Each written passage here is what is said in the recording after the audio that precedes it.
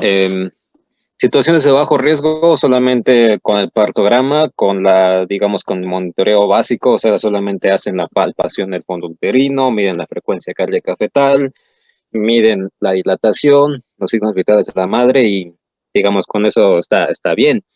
Pero si ameritan una situación, digamos, más especial, por ejemplo, se requieren, como les decía, de otras cosas. En este caso, un alto riesgo, por así decirlo, fetal, se recomienda, digamos, hacer registro cardiotocográfico, que un poco ya les adelantaba en la presentación anterior, cuando hablábamos de pruebas de bienestar fetal antenatales.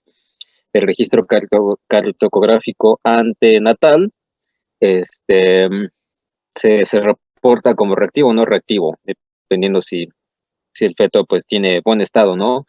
Entonces, el registro antenatal se reporta de esta manera, pero el intraparto se reporta con categorías de la frecuencia cardíaca fetal, 1, 2 y 3.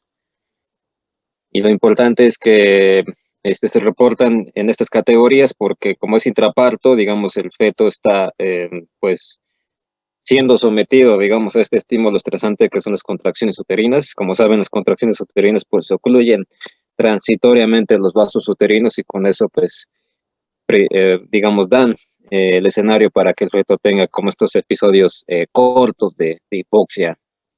Y esos periodos cortos de hipoxia, pues pueden repercutir en su bienestar, digamos, a largo plazo.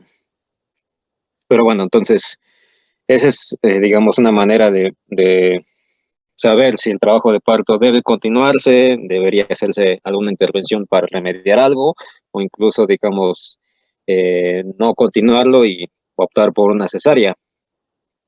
Si hay una situación de alto riesgo materno, eh, em, por ejemplo, una paciente con preeclampsia, esta paciente puede requerir mediciones de la tensión arterial más frecuentes de lo normal.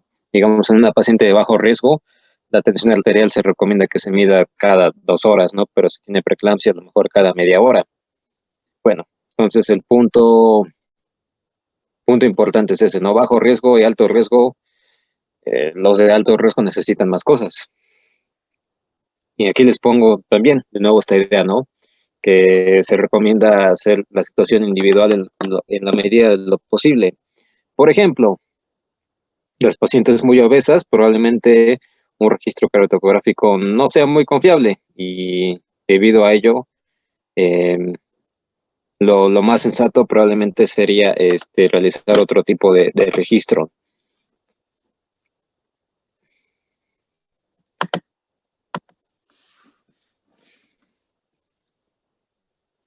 Pero antes de ello, vamos a comentar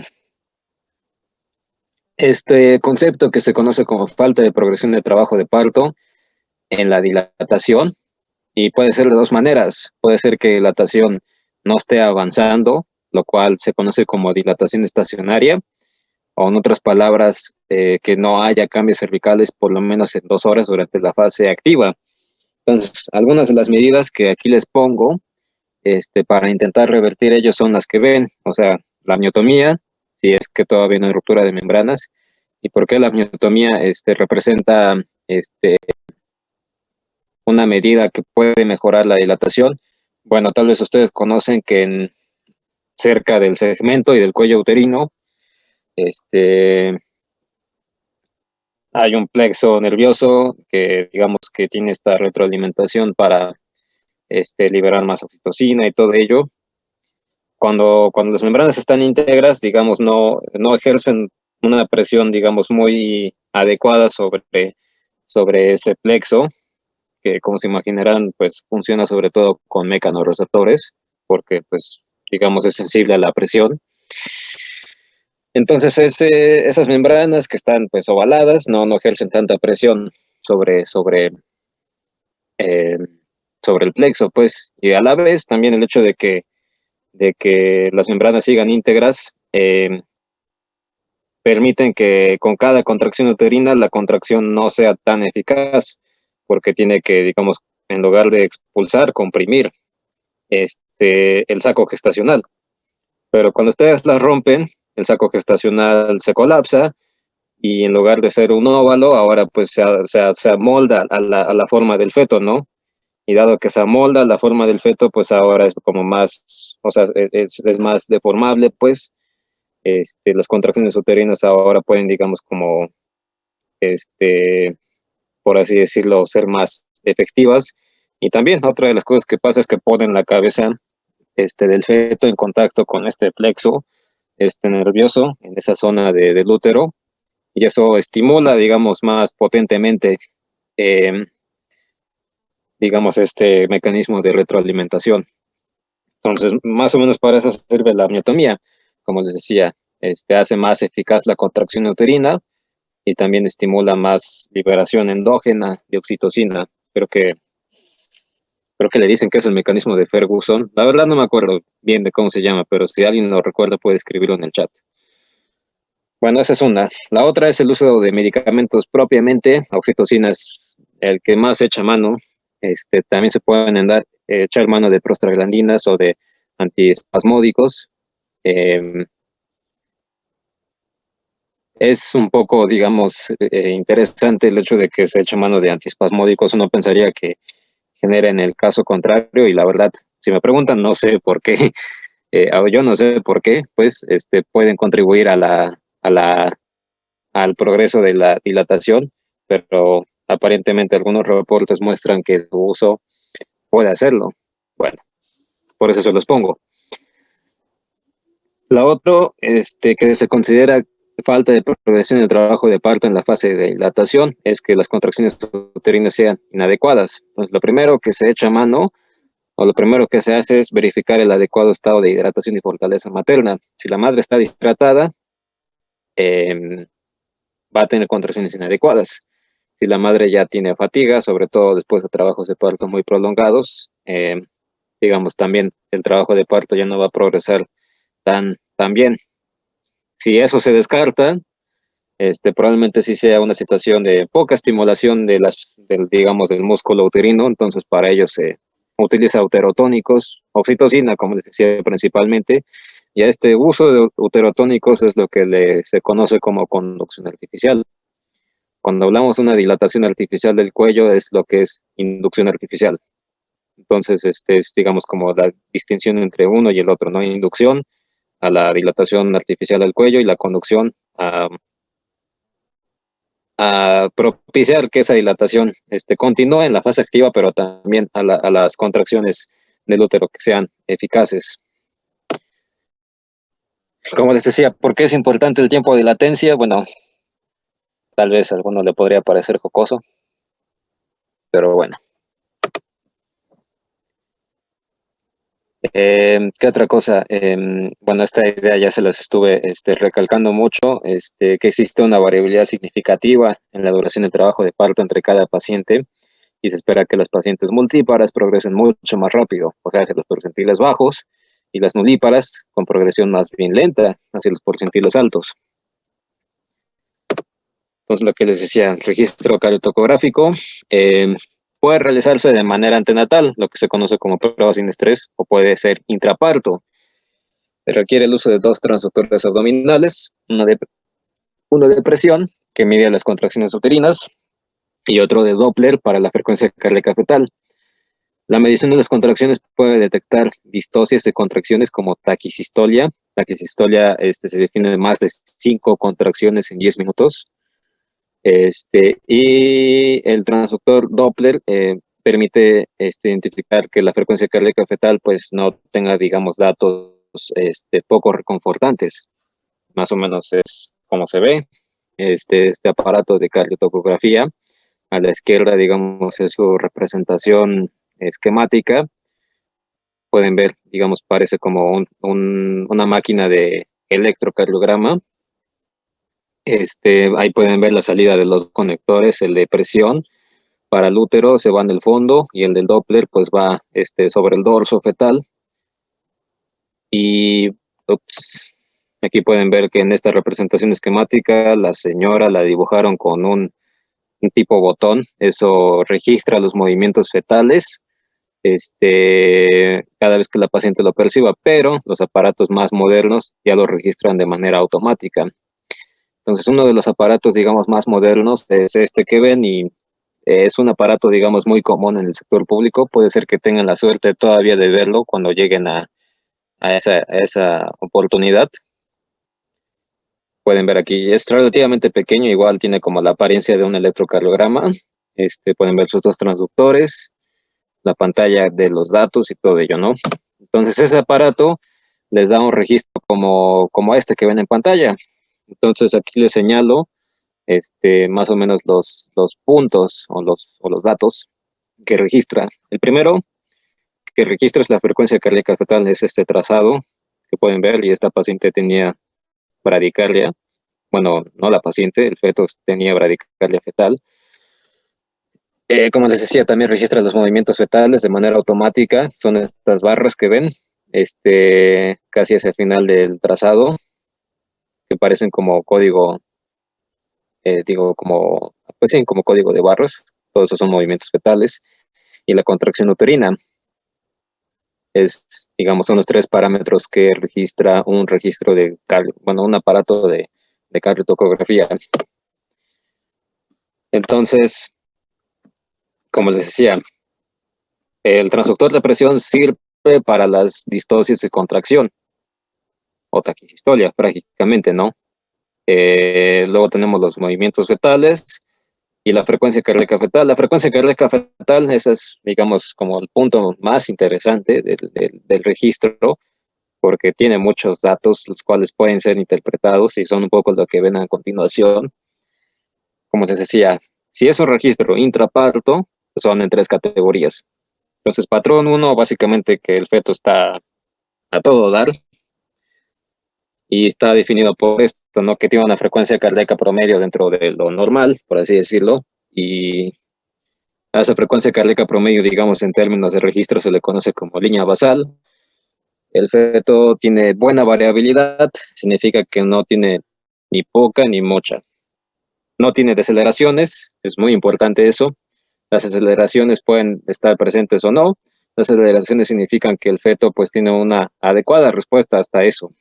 O sea, si la frecuencia cardíaca fetal tiene alguna aceleración, significa que, por ejemplo, durante la contracción, el feto está teniendo menos aporte de nutrientes y de oxígeno desde la madre, y ese menor aporte transitorio pues va a condicionar que ejerza, digamos, una respuesta adrenérgica, y eso va a acelerar su frecuencia cardíaca.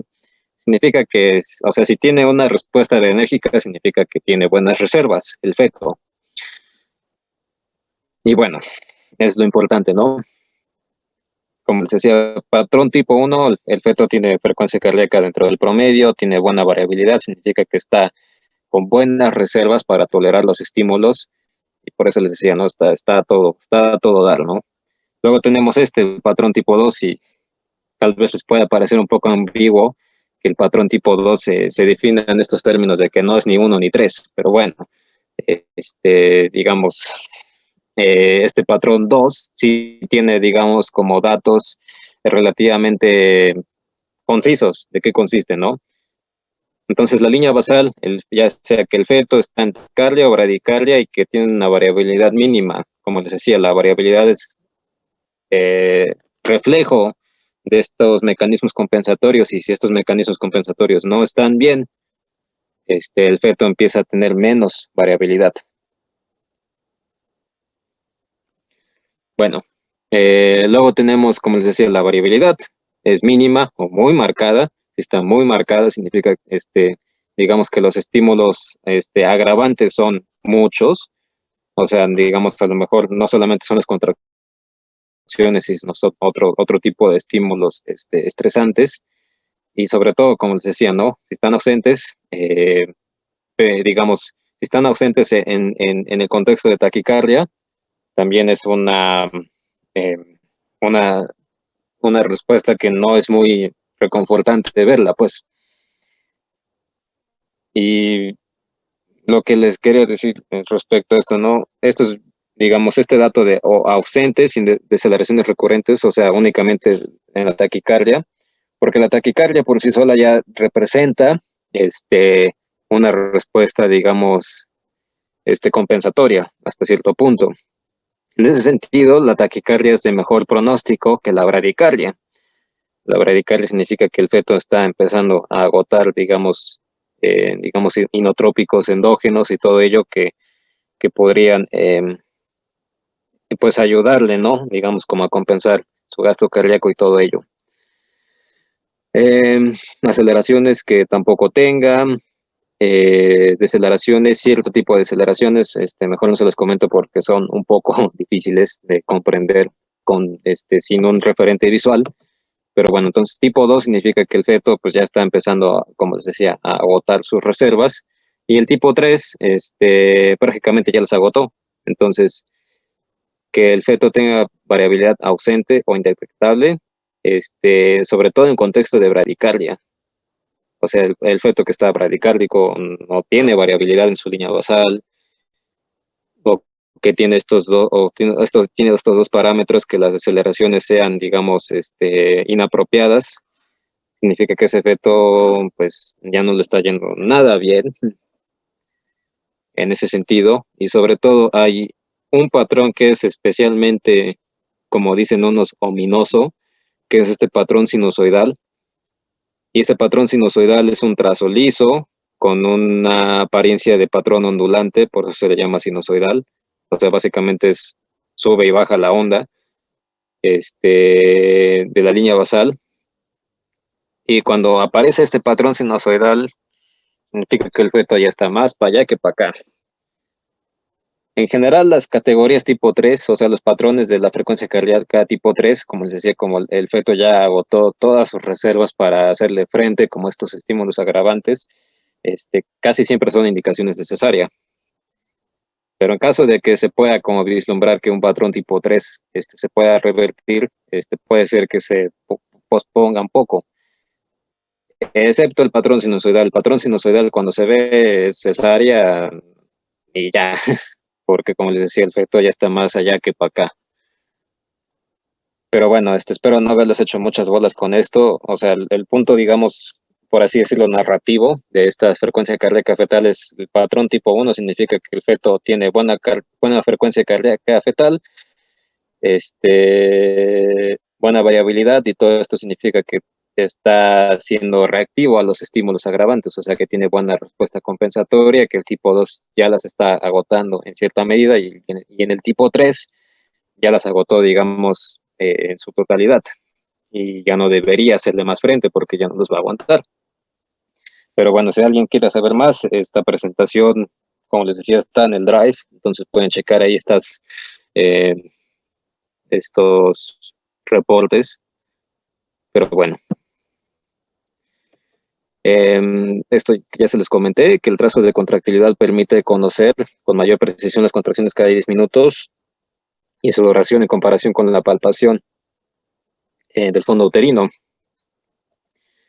Eh, Como les decía, en relación al bienestar fetal, su condición requiere un estímulo agravante relacionado a la contracción. Entonces, por ejemplo, si un feto tiene una frecuencia cardíaca fetal de categoría 2 y ustedes ven que el útero se está contrayendo mucho, bueno, pues la manera más sencilla de revertir esa frecuencia tipo 2, pues es disminuir las contracciones uterinas. Pero bueno, ya se nos acabó el tiempo. No sé si tengan alguna duda, alguna pregunta. No sé si les hice muchas bolas.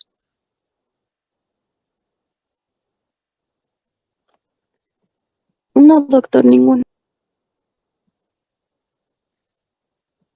Bueno, Todo bien, de todas gracias. maneras,